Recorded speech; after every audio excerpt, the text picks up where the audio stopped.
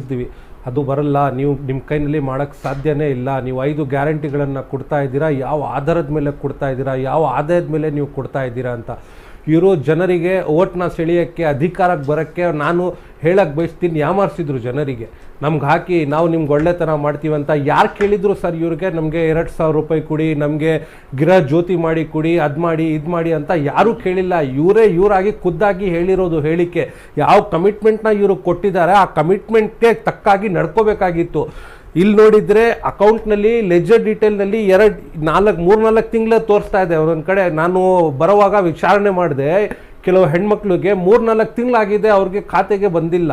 ಅದು ಬಿಟ್ಟು ಬೇರೆ ರೇಷನ್ ಕಾರ್ಡ್ ಮುಖಾಂತರ ರೇಷನ್ ಕಾರ್ಡ್ ಡೂಪ್ಲಿಕೇಟ್ ಆಗಿದೆ, ರೇಷನ್ ಕಾರ್ಡ್ ಕ್ಯಾನ್ಸಲ್ ಆಗಿದೆ, ಅದಕ್ಕೋಸ್ಕರ ನಾವು ಕೊಟ್ಟಿಲ್ಲ ಅಂತ ಇಂಥ ಬರೀ ಹೇಳಿಕೆಗಳನ್ನು, ರೀಸನ್ಗಳನ್ನು ಕೊಡ್ತಾ ಇದ್ದಾರೆ ಇವರು.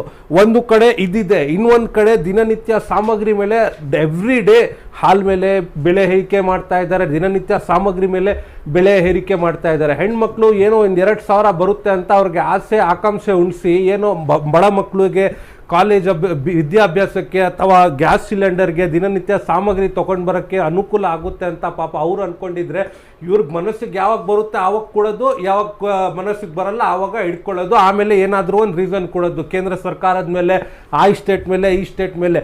ನೀವು ಸರ್ಕಾರ ನಡೆಸ್ತಾ ಇರೋದು ಕರ್ನಾಟಕ ರಾಜ್ಯದಲ್ಲಿ, ನೀವು ಕರ್ನಾಟಕ ರಾಜ್ಯದ ಬಗ್ಗೆ ಮಾತಾಡಿ ಅಲ್ವಾ. ನಾವು ಕನ್ನಡಿಗರು, ಕನ್ನಡ ಪರವಾಗಿ, ಕರ್ನಾಟಕ ಪರವಾಗಿ ಮಾತಾಡ್ತೀವಿ. ಕನ್ನಡಿಗರಿಗೆ ಅನ್ಯಾಯ ಆದರೆ ನಾವು ಅವ್ರ ಬಗ್ಗೆ ಮಾತಾಡ್ತೀವಿ. ಬೇರೆ ಯಾವುದೇ ರಾಜ್ಯದಲ್ಲಿ ಅವ್ರು ಏನ್ ಮಾಡ್ತಾರೆ ನಮ್ಗೆ ಸೇರಿಲ್ಲ ಅದು ವಿಷಯ. ಸೊ ಈಗ ಮಾಡೋದು ಅಂತ ಏನಿಲ್ಲ, ಅವರು ಭರ್ಜರಿ ಆಗಿದೆ. ಅವರು ಏನು ಮಾಡಿರೋ ತಪ್ಪು ಕಮಿಟ್ಮೆಂಟ್ ಏನು ಮಾಡಿದ್ರು, ಅವ್ರ ಕೈನಲ್ಲಿ ಆಗದೆ ಕಮಿಟ್ಮೆಂಟ್ ಮಾಡಿದ್ದಾರೆ. ಇವಾಗ ಎಲ್ಲರ ಮುಂದೆ ಬಂದ್ಬಿಟ್ಟಿದೆ ಪ್ರಚಾರ, ಅವ್ರ ಕೈನಲ್ಲಿ ಮಾಡೋಕ್ಕೆ ಸಾಧ್ಯನೇ ಇಲ್ಲ. ಅವ್ರು ಸುಮ್ಮನೆ ಹೆಸರು ನಾಮಕ್ಕೋಸ್ಕರ ಹೇಳಿರೋದು, ಕಮಿಟ್ಮೆಂಟ್ ಕೊಟ್ಟಿರೋದು.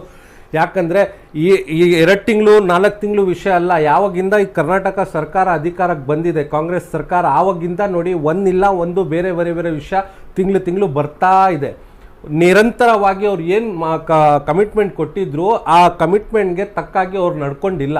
ಏನಾದರೂ ಒಂದು ಸಮಸ್ಯೆಗಳು ಬಂದೇ ಬರುತ್ತೆ. ಯಾರು ಹೇಳಿದರು ಸರ್, ಇವಾಗ ನೋಡಿ ಪಾಪ ಹೆಣ್ಮಕ್ಳು ಯಾವ ರೀತಿ ಹೇಳ್ತಾ ಇದ್ದಾರೆ ಅಂದರೆ, ಅವ್ರಿಗೆ ಅಳಕ್ಕೂ ಆಗ್ತಾ ಇಲ್ಲ, ಆ ಗತಿ ಆಗ್ಬಿಟ್ಟಿದೆ ಅವ್ರಿಗೆ. ರೇಷನ್ ಕಾರ್ಡು ಕ್ಯಾನ್ಸಲ್ ಮಾಡಿದ್ದಾರೆ, ಈ ಕಡೆ ಗೃಹಲಕ್ಷ್ಮಿದು ಅಮೌಂಟು ಕೂಡ ಕ್ಯಾನ್ಸಲ್ ಮಾಡಿದ್ದಾರೆ, ದಿನನಿತ್ಯ ಸಾಮಗ್ರಿ ಮೇಲೆ ಬೆಲೆನೂ ಜಾಸ್ತಿ ಮಾಡಿದ್ದಾರೆ. ಬಡವರು ಯಾವ ರೀತಿ ಬದುಕಬೇಕು ಸರ್? ಬಡವರು ಬದುಕಬೇಕಾ, ಏನ್ ಮಾಡ್ಬೇಕು? ಇವರು ಮುಂದೆ ಬಂದು ಕೇಳಿದ್ರೆ ಒಂದ್ ನಿಮಿಷ ನೀವು ಮಾತಾಡುವಾಗ ನಾನು ಏನು ಮಾತಾಡಿಲ್ಲ. GST ಆಗಿರ್ಬೋದು ಸರ್, ಅದರಿಂದ ಲಾಭ ಆಗಿರ್ಬೋದು, ಯಾರಿಗಾಗಿರ್ಬೋದು, ಬಡವ್ರಿಗೆ ಆಗಿದೆಯಾ? ಬಡವ್ರು ಏನು ದೊಡ್ಡ ಹೋಟ್ಲುಗಳಿಗೆ ಹೋಗ್ತಾರಾ, ದೊಡ್ಡ ಶಾಪಿಂಗ್ ಮಾಲ್ಗಳು ಹೋಗ್ತಾರಾ, ಅಥವಾ ಯಾವ್ದಾದ್ರು ಒಳ್ಳೆ ಕಡೆ? ಇವರು ಸಣ್ಣ ಪುಟ್ಟ ಬೀದಿ ವ್ಯಾಪಾರ ಮಾಡೋರ್ ಗತಿ ಏನು ಸರ್? ಅವರಿಂದ ಅವ್ರಿಗೆ GST ಇಂದ ಏನ್ ಲಾಭ ಆಗಿದೆ? ಇಲ್ಲಿ ನಮ್ಮ ಕನ್ನಡಿಗರು, ಕರ್ನಾಟಕನಲ್ಲಿ ಬದುಕ್ತಾ ಇರೋ ಜನರಿಗೆ GST ಆಗಿರಲಿ ಅಥವಾ ಇವರು ಕೊಟ್ಟಿರೋ ಕಮಿಟ್ಮೆಂಟು, ಈ ಸ್ಕೀಮ್ಗಳಿಂದ ಏನು ಲಾಭ ಆಗಿದೆ ಅದನ್ನು ನಾವು ಮಾತಾಡಬೇಕಾಗಿರೋದು.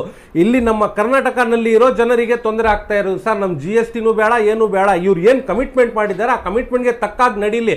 ಇಲ್ಲ ಅಂದರೆ ಇವರು ಸಾರ್ವಜನಿಕರ ಮುಂದೆ ಬಂದು ಹೇಳಬೇಕು, ನಮ್ಮಿಂದ ತಪ್ಪಾಗಿದೆ, ನಾವು ಕೈ ಜೋಡಿಸಿ ಕ್ಷಮೆ ಕೇಳ್ತೀವಿ, ನಿಮಗೆ ಇನ್ನೊಂದ್ಸಲಿ ಈ ಥರ ತಪ್ಪು ಮಾಡಲ್ಲ, ನಾವು ಕರೆಕ್ಟಾಗಿ ಮಾಹಿತಿ ಕೊಡ್ತೀವಿ. ಆಮೇಲೆ ಈ ಥರ ಸ್ಕೀಮ್ಗಳು ಹೇಳಿದರೆ ಅದಕ್ಕಿಂತ ಮುಂಚೆ ನಾವು ಏನೇನು ಅನಲೈಸ್ ಮಾಡಬೇಕು, ನಮ್ಮ ವಕ್ತಾರರು ಹೇಳಿದ್ರು, ನೀವು ಫೈನಾನ್ಷಿಯಲ್ ಅಡ್ವೈಸರ್ ಅವರ ಸಲಹೆ ತಗೊಂಡಿದ್ರ ಈ ಕಮಿಟ್ಮೆಂಟ್ ಮಾಡೋಕ್ಕಿಂತ ಮುಂಚೆ ಅಂತ. ನಾವು ತಗೊಂಡಿರ್ಲಿಲ್ಲ, ಬರುವಾಗ ನಾವು ತಗೊಂಡು ಎಲ್ಲ ಬ್ಲೂ ಪ್ರಿಂಟ್ ಮಾಡ್ಕೊಂಡು ಆಮೇಲೆ ಬರ್ತೀವಿ ಅಂತ ಇವರು ಸಾರ್ವಜನಿಕರ ಮುಂದೆ ಬನ್ನಿ ಕ್ಷಮೆ ಕೇಳಬೇಕು. ಇನ್ನು ಈ ವಿಚಾರದ ಕುರಿತಾಗಿ ಮುಂಚೆನೆ ಇವರು